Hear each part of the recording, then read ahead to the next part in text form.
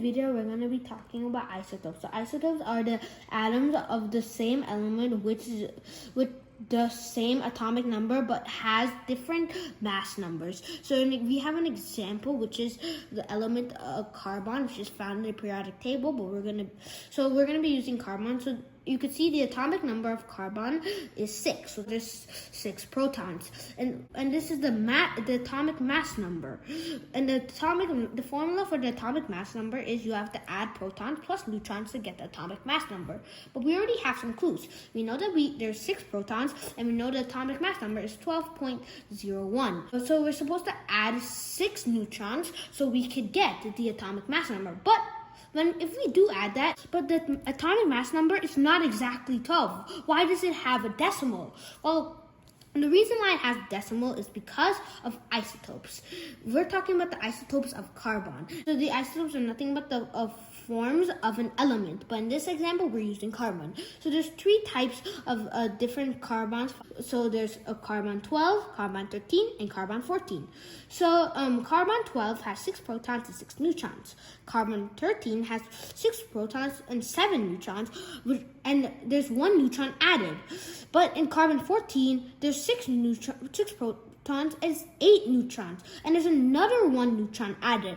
So that is because of isotopes. The reason why there's 1 neutron getting increased in the structure of the atom is because of radiation and natural effects.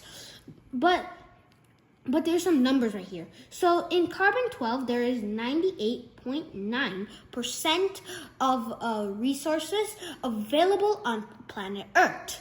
But in carbon 13, there's only 1.1% of resources available on planet Earth in carbon 13. But in carbon 14, there's 0.0001% of resources located on planet Earth. So as we could tell, that carbon 14 is the rarest amongst carbon 13 and carbon 12, and it's the most unstable of them all. So, and the numbers over here is the amount present on a planet Earth. So we know carbon 14 is the rarest and unstable. One out of carbon 13 and carbon 12. And what is the use of these isotopes of carbon? Well, we use these isotopes of carbon for things like for medicine, farming, and research. We use carbon 12, carbon 13, and carbon 14 for different purposes. That's about isotopes. So isotopes just doesn't have to only stick with the element carbon. It can stick with many other elements like helium, hydrogen, lithium, beryllium. But we have some examples we could show you. So right here, so the isotopes of chlorine. There's 2 types of isotopes of chlorine. One is chlorine 35 and chlorine 37. But the atomic number is both 17 for chlorine 37 and chlorine 35. As you can see, different, but chlorine 35 and chlorine 37 have the same protons, same electrons, but different neutrons. Chlorine 35 has 18 neutrons, while chlorine 37 has 20 neutrons. So that is the example of isotopes of chlorine. Now let's go to the isotopes of oxygen. So there's 3 types of isotopes of oxygen: oxygen 16, oxygen 17, and oxygen 18. So oxygen 16, there's about 99.75% of available on planet Earth.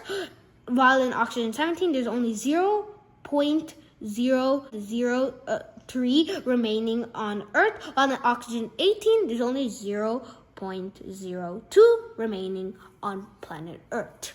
All of the oxygen 16, oxygen 17, oxygen 18 have the same protons, but in oxygen 16, there's 8 neutrons, oxygen 17, 9 neutrons, and oxygen 18, 10 neutrons. But the mass number of oxygen 16 is 16, while the mass number of oxygen 17 is 17, while the atomic mass number of oxygen 18 is 18.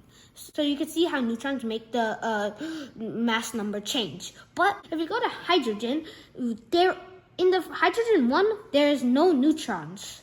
But in hydrogen 2, there's 1 neutron. While in hydrogen 3, there's 2 neutrons. That's how the mass number is also changing.